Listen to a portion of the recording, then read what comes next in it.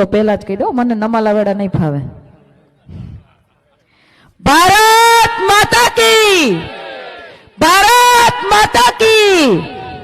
હા એમ હવે લાગે છે આમ જોશમાં બધાય. મારે સૌ પ્રથમ તો તમને બધાને સવાલ કરવા છે.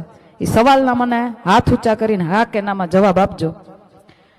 સરકારી અધિકારીઓ પાસે તમે જાઓ છો, તમારું સામાન્ય કામ હોય, થાય છે કોઈ દિવસ?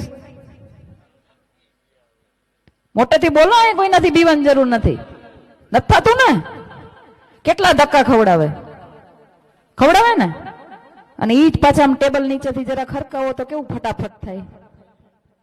કહેવાનો મતલબ એવો છે કે ભ્રષ્ટાચારે હાવ માજા મૂકી છે અને કહેવા વાળું કોઈ નથી. છે ને આવી પરિસ્થિતિ?